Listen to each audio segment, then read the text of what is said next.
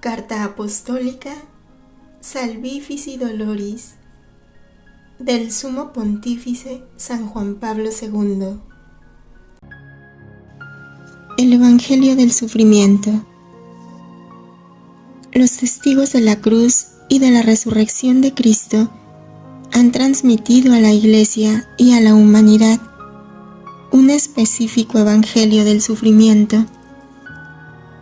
El mismo Redentor ha escrito este Evangelio, ante todo con el propio sufrimiento, asumido por amor, para que el hombre no perezca, sino que tenga la vida eterna. Este sufrimiento, junto con la palabra viva de su enseñanza, se ha convertido en un rico manantial para cuantos han participado en los sufrimientos de Jesús, en la primera generación de sus discípulos y confesores, y luego en las que se han ido sucediendo a lo largo de los siglos.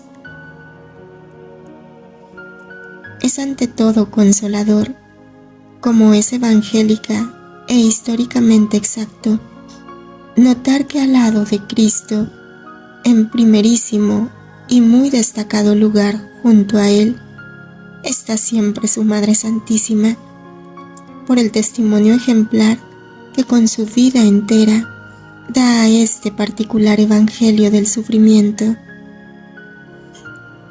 En ella, los numerosos e intensos sufrimientos se acumularon en una tal conexión y relación que, si bien fueron prueba de su fe inquebrantable, fueron también una contribución a la redención de todos. En realidad, desde el antiguo coloquio tenido con el ángel, ella entrevé en su misión de madre el destino a compartir de manera única e irrepetible la misión misma del Hijo.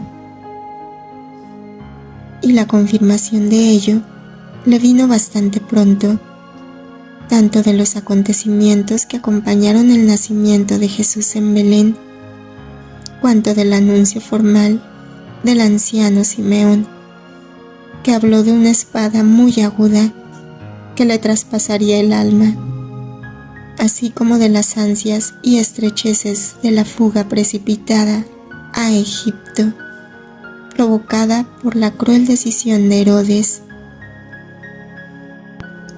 Más aún, después de los acontecimientos de la vida oculta y pública de su Hijo, indudablemente compartidos por ella con aguda sensibilidad, fue en el Calvario donde el sufrimiento de María Santísima, junto al de Jesús, alcanzó un vértice ya difícilmente imaginable en su profundidad desde el punto de vista humano, pero ciertamente misterioso y sobrenaturalmente fecundo para los fines de la salvación universal.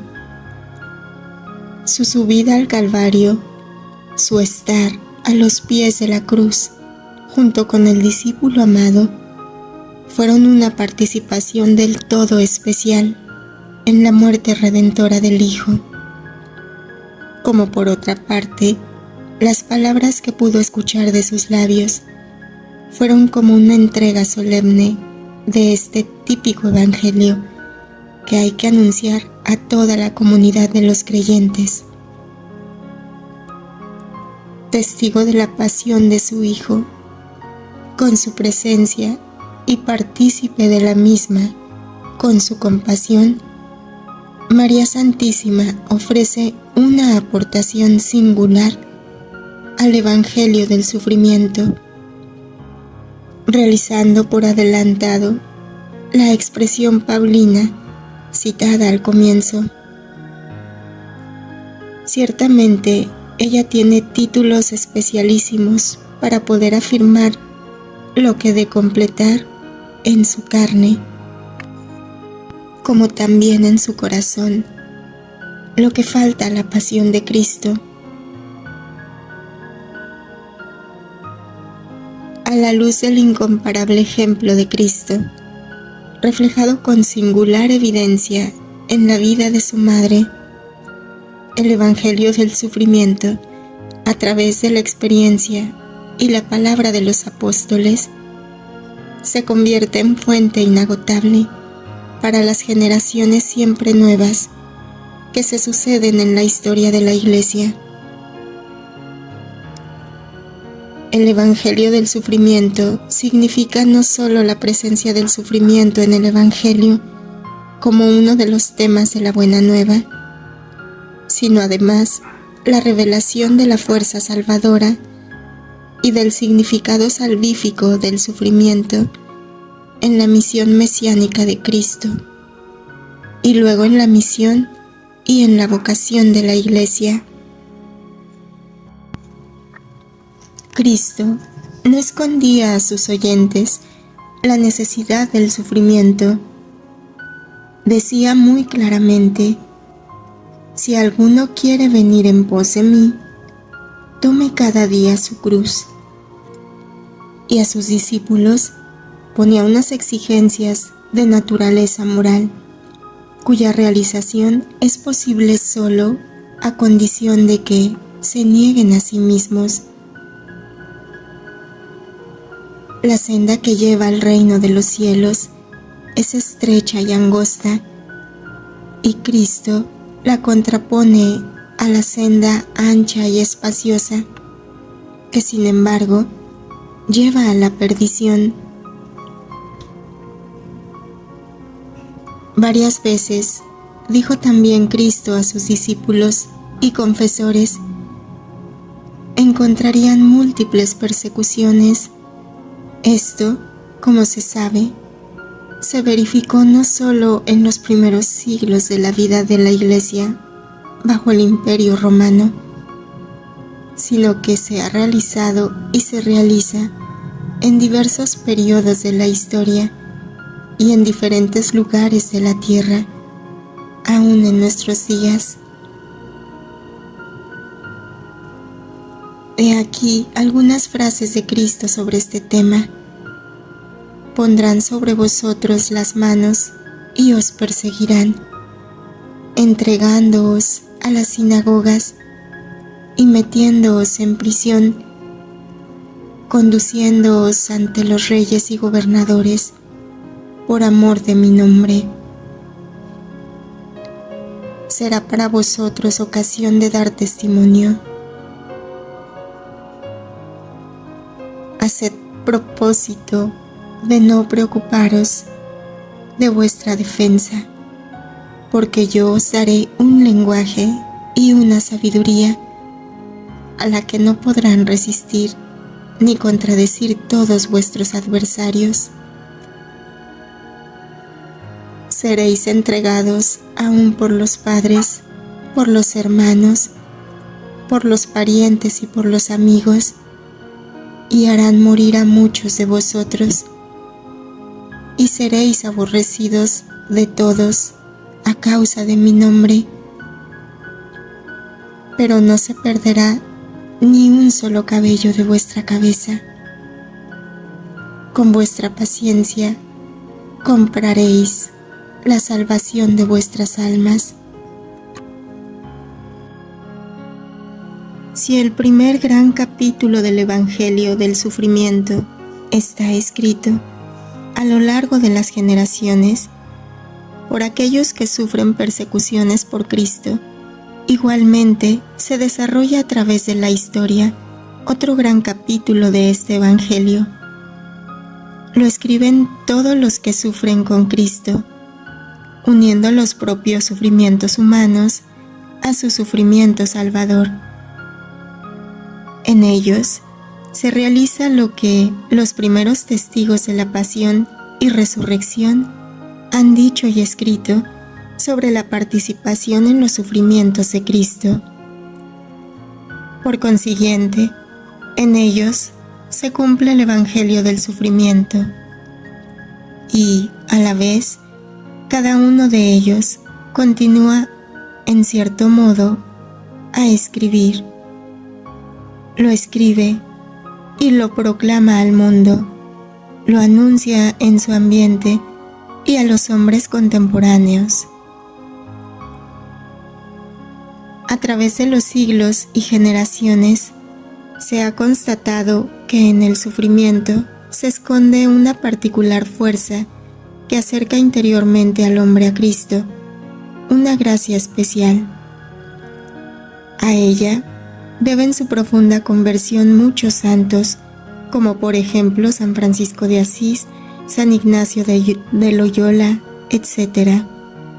Fruto de estas conversiones es no solo el hecho de que el hombre descubre el sentido salvífico del sufrimiento, sino, sobre todo, que en el sufrimiento llega a ser un hombre completamente nuevo. Halla como una nueva dimensión de toda su vida y de su vocación. Este descubrimiento es una confirmación particular de la grandeza espiritual que en el hombre supera el cuerpo, de modo un tanto incomprensible. Cuando este cuerpo está gravemente enfermo, totalmente inhábil, y el hombre se siente como incapaz de vivir y de obrar, tanto más se ponen en evidencia la madurez interior y la grandeza espiritual, constituyendo una lección conmovedora para los hombres sanos y normales. Esta madurez interior y grandeza espiritual en el sufrimiento ciertamente son frutos de una particular conversión y cooperación con la gracia del Redentor crucificado. Él mismo es quien actúa en medio de los sufrimientos humanos por medio de su Espíritu de verdad, por medio del Espíritu Consolador. Él es quien transforma, en cierto sentido, la esencia misma de la vida espiritual, indicando al hombre que sufre un lugar cercano a sí. Él es, como maestro y guía interior, quien enseña al hermano y a la hermana que sufren este intercambio admirable, colocado en lo profundo del misterio de la redención. El sufrimiento es, en sí mismo, probar el mal, pero Cristo ha hecho de él la más sólida base del bien definitivo, o sea, del bien de la salvación eterna. Cristo, con su sufrimiento en la cruz, ha tocado las raíces mismas del mal, las del pecado y las de la muerte. Ha vencido al artífice del mal, que es Satanás, y su rebelión permanente contra el Creador. Ante el hermano o la hermana que sufren, Cristo abre y despliega gradualmente los horizontes del reino de Dios, de un mundo convertido al Creador, de un mundo liberado del pecado, que se está edificando sobre el poder salvífico del amor y, de una forma letal pero eficaz, Cristo introduce en este mundo, en este reino del Padre, al hombre que sufre, en cierto modo a través de lo íntimo de su sufrimiento. En efecto, el sufrimiento no puede ser transformado y cambiado con una gracia exterior, sino interior. Cristo, mediante su propio sufrimiento salvífico, se encuentra muy dentro de todo sufrimiento humano y puede actuar desde el interior del mismo con el poder de su Espíritu de verdad, de su Espíritu Consolador. No basta. El Divino Redentor quiere penetrar en el ánimo de todo paciente a través del corazón de su Madre Santísima, primicia y vértice de todos los redimidos. Como continuación de la maternidad que por obra del Espíritu Santo le había dado la vida, Cristo, moribundo, confirmó a la siempre Virgen María a una nueva maternidad, espiritual y universal, hacia todos los hombres, a fin de que cada uno, en la peregrinación de la fe, quedara junto con María estrechamente unido a Él hasta la cruz, y cada sufrimiento, regenerado con la fuerza de esta cruz, se convierta desde la debilidad del hombre en fuerza de Dios. Pero este proceso interior no se desarrolla siempre de igual manera. A menudo comienza y se instaura con dificultad. El punto mismo de partida es ya diverso. Diversa es la disposición que el hombre lleva en su sufrimiento. Se puede, sin embargo, decir que casi siempre cada uno entra en el sufrimiento con una protesta típicamente humana y con la pregunta del ¿por qué? Se pregunta sobre el sentido del sufrimiento y busca una respuesta a esta pregunta a nivel humano. Ciertamente pone muchas veces esta pregunta también a Dios, al igual que Cristo. Además, no puede dejar de notar que aquel a quien pone su pregunta sufre él mismo y por consiguiente quiere responderle desde la cruz, desde el centro de su propio sufrimiento. Sin embargo, a veces se requiere tiempo, hasta mucho tiempo, para que esta respuesta comience a ser interiormente perceptible. En efecto, Cristo no responde directamente ni en abstracto a esta pregunta humana sobre el sentido del sufrimiento. El hombre percibe su respuesta salvífica a medida que él mismo se convierte en partícipe de los sufrimientos de Cristo. La respuesta que llega mediante esta participación a lo largo del camino del encuentro interior con el Maestro es a su vez algo más que una mera respuesta abstracta a la pregunta acerca del significado del sufrimiento. Esta es, en efecto, ante todo una llamada, es una vocación. Cristo no explica abstractamente las razones del sufrimiento, sino que ante todo dice, sígueme, ven, toma parte con tu sufrimiento en esta obra de salvación del mundo que se realiza a través de mi sufrimiento, por medio de mi cruz.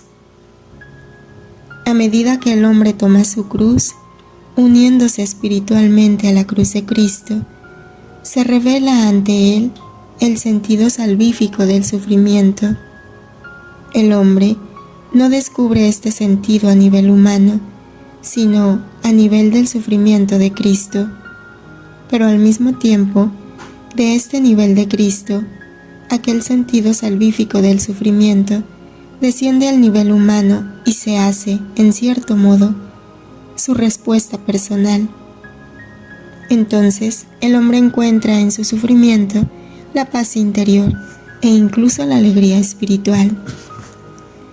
De esta alegría habla el apóstol en la carta a los Colosenses. Ahora me alegro de mis padecimientos por vosotros.